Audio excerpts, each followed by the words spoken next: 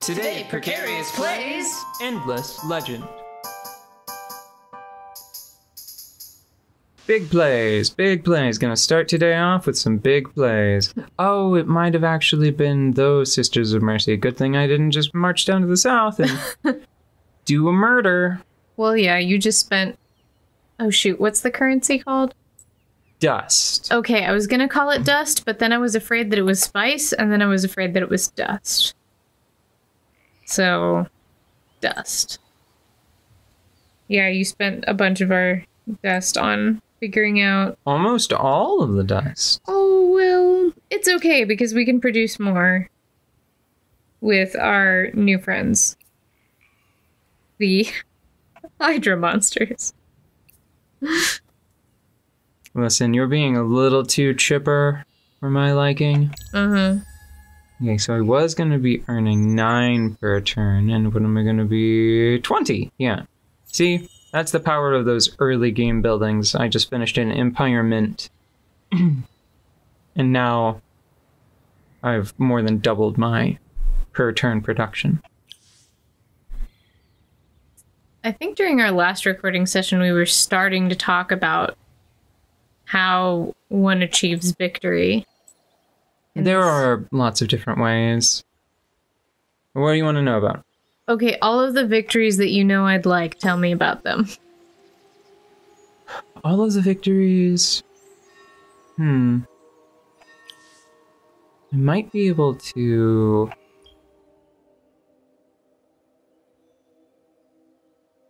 Let's see... Info... Victory conditions. So if the time runs out, whoever has the highest sort of civilization score wins. If you beat the crap out of everybody else, well, yeah, you win. If you control, what is it, 80%? Yeah. 80% of the regions on the map, you win. If you have, like, a scaling amount of dust, basically it's like all the dust combined, you have to have a truly substantial percentage of it yourself. Right? So, like, all of it that is in play, you have to have know that's ever been generated. Oh, okay. Yes. Yeah. I think that's how it's worked. That's how it works. Diplomatic, how does that one work?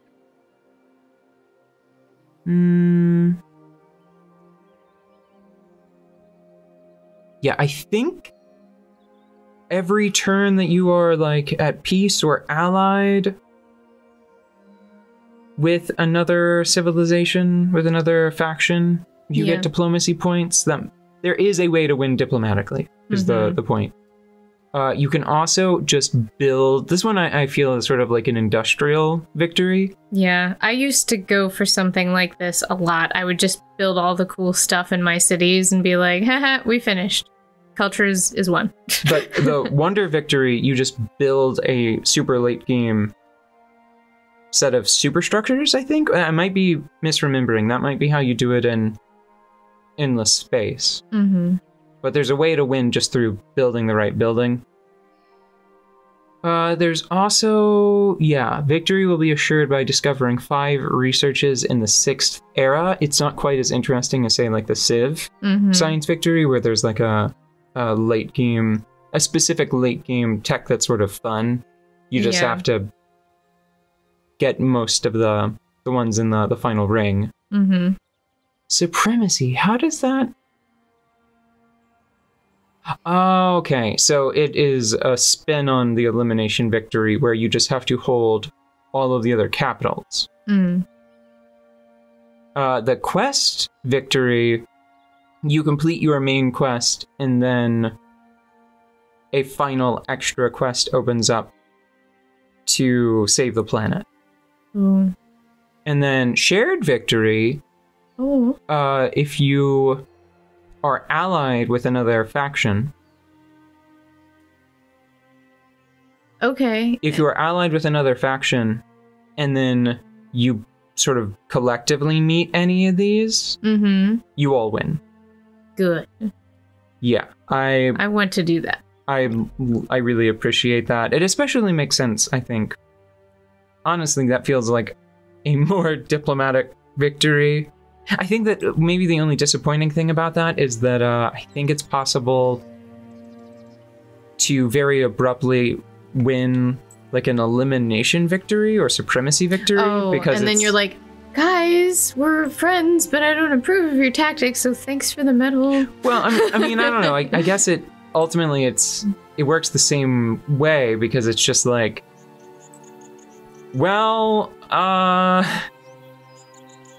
we have collectively stopped. I mean, we've stopped fighting. Yeah, that's true. That's something. Dang. Okay. Yeah, that's Do I have 10 yet? No, I have 9. Cool. Don't worry, we'll get the pearls. So what are you going for right now with your strong moves? Quest stuff. Quest victory, yeah. Which is why, even though winter is going to hit, I think, at the start of the next turn, and the map is going to change pretty dramatically. Yeah. Is there anything else I need to do right now? No, I'm working on a settler. Can't afford that. A pretty big change happens to our people, right? More. You know what I'm going to do? I'm not going to keep them held back anymore. I'm going to deploy another army and have them move up here. Because I think like the map is sort of starting to fill out in the short term for us anyway. Yeah. What are they? Harness? I think that they're centaurs. Oh. But sort of like hefty centaurs. Still. No, that wasn't a slight. It's cool. Okay. They've got a good look. It's funny that they sort of remind me more of like boar or pot-bellied pig people instead of like horse people. That sounds cool. And here it comes. So, 2 big changes. Zoyos. All at once. So see how he's spooky now? Ooh, Zoyos got spooky. Now what does he have? Oh, if only I had done that sooner. He can now bribe people more effectively. The only reason why I'm really taking that is so I can get to one of the tier 3s, though. Yeah. But I'm gonna get a point of that. But you can see that now his... let me see what it does exactly. When in light form, this person has less upkeep. Yeah. Greater defense and greater health regen. In dark form, which is the winter form, the winter coat. They have increased attack, immunity to winter movement and vision penalties. Oh, okay. They actually have greater than usual movement and vision and battle movement. Oh, so they're just like really effective. Yeah, so where every other faction, I think every other faction that isn't like guided by a hero, they will be slowed. Your units actually speed up. I don't remember ever playing this kind of game with seasonal effects. Well, it isn't. It's a little. It feels a little arcane. It's basically either it's hot or it's cold. There's no easing, you know. I would say that it's not too dissimilar from, say, Civ 6 and the Dark Age, Heroic Age system. I don't think I played Civ 6 though. Well, I'm just telling you that. Okay. I've seen other ideas where it's basically like a big map-wide shift of some sort that you have to be concerned about for a limited amount of time. So most units have their movement cut in half. Dust is hugely hindered. This is per tile. Yeah. Yeah, so food and dust are harder on exploitation tiles. I think that those are the ones that surround your city centers. Yeah. Like your city tiles. They have worse industry, and everybody can see less far, including your cities. So see -1 vision on city tiles. Yeah, except for the units. Well, no, all of that is true, but our faction ignores it. Oh, I see. Yeah, that was the everybody penalty. Yeah. And then our rules are the specific ones that are then the exception to the rule. But you see, like, the whole map changes. Yeah, it's like a serious cold snap. Yeah, even all the way up to here. The wind effects are quite nice. And because it is the winter... Yeah, so now pearls have spawned all over the map. And because of our faction traits... Let me see if I can find an example. Is that one? That looks like a pearl. Yeah, but I thought... Oh, there we go. I didn't zoom out far enough. I need to be in the middle distance. So all of these little white circles, even though we can't see them now, we don't have direct line of sight to them, our faction traits allow us to see these... any tile that we've explored previously. So it's like something we know in our little bat bones. Yeah, so I'm going to go over here. Fortification, that would be nice if I could find more than one. So that was some pearls. And then I'm gonna just sort of scarf up all of these. What did we need 10 pearls for? Because I know we have more than 10 now. Yes, we do. Give me just a moment, I'll be able to show you, because I think we've finished that settler.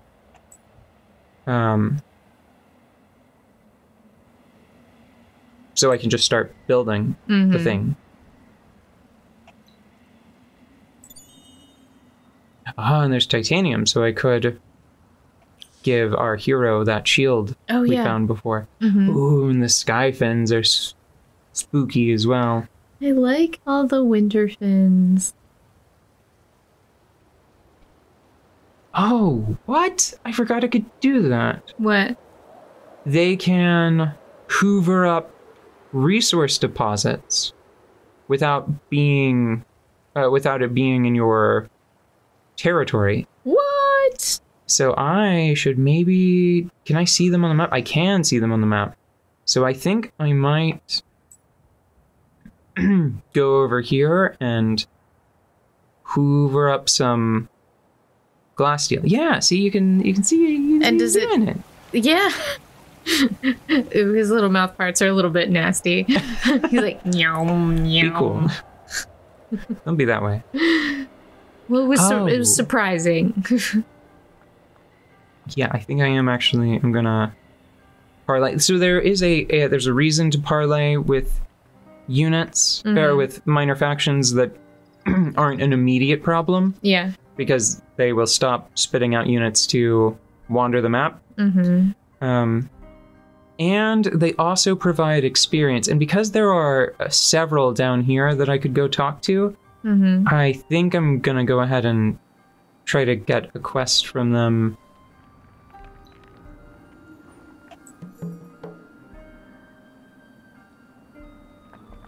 Oh, that one's a little rough at this point in the game. So if I return to this village with an army that contains 3 minor faction units, they'll be friendly towards me. That's kind of a lot to ask. At this point, yeah, because right now I don't have access to any minor faction units because I haven't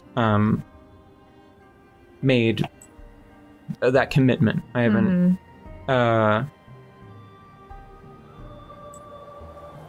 decided to, say, absorb our Hydra friends. Yeah.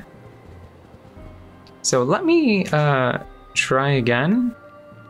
See, normally I like to do this with the hero present because they get experience for it. Yeah. Okay, that one might not be so bad. Sormel is right there. Yeah, and it's another one that is adjacent. Yeah. So we've got an anomaly, and is that ocean I see? Looks It's like ocean to me. Or a lake. So I think what I'm going to do is I'm going to take the settler that I just made. Oh. Die. Okay, I could just do a sort of long village down there, but I don't think that the resource extractor needs to be nearby. So I'm gonna see if I can make a nice little village here.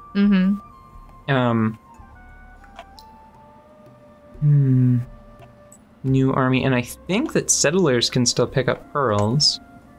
So I'll try to grab those on the way. Wow, and they still have pretty good movement even in the winter. Yeah, I feel good about my choice. Not just, I have to admit that we had it down between the bats and what were the nomads? So we had the roving clans? Yeah, so it was between the Alaya and the I wrote down how to say the two most important names there. Oh, Alayi. Yeah. Okay. So it was between the Alayi and the roving clans, and at the very last moment I was like, bats are cute. So here we go. Because this is a fun game that we are playing and I like bats. This is what we needed the pearls for. Yeah. The altar of... Hold on, can you see that for a second? The altar of the Origa. That's how people got paid in trailers to say those that way. Okay. So I'm sticking with them. Yeah. Oh! I forgot that this counts as a. Oh man, hold on. I gotta think about this then. So this is one of the more exciting systems, which I don't know if this is true or not. I think Civ 6 might have just copied this. Yeah. Maybe Endless Legend itself copied it from somewhere else, but the way that the cities are constructed is very compelling to me. Yeah. So the idea is that you have a city center, and you know how in Civilization the city just slowly expands on its own? Yeah. Here you have districts, right? And you choose where to put them down and the eventual shape of the city. But the idea is that what's the number? Hold on. I don't wanna give you poor information. Somewhere around here, where are the things I've already made? Hold on. Okay. And then the city hall. Yes. Is that the one? Or is that the palace? No, the palace is once per empire. Used as a resource extractor. Oh, dang, I didn't know that.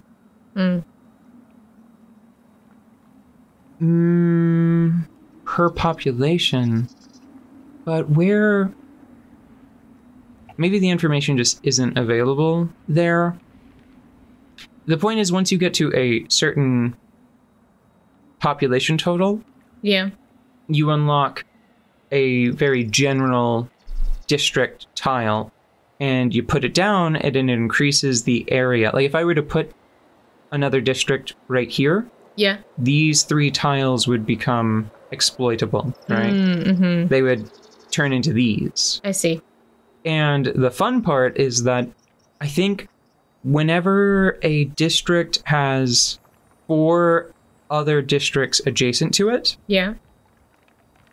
it levels up. And I think if you have a district, maybe that's only for the cultists. I think that might only be for the cultists. But at least the cultists, they can, if they have 4 level 2s adjacent to another level 2, that then becomes a level 3. The point is that there are certain shapes you can achieve that give you a large number of leveled up districts, right? Yeah. So the most common one that I have used in the past, which I think I'm gonna use here, I don't think that this one provides. It is per level. That is per level. That's happiness and influence and food per level. So I think I'm going to put it right here. And you can see that it's queued up, right? Yeah. All of the nice little scaffolds. Yeah. So the idea is that later on in the game, I'll put another one here, which will be sort of like the sacrificial, like, edge of the city. And then once I fill out this row, these 3 will all level up to level 2. And if you just keep expanding that way...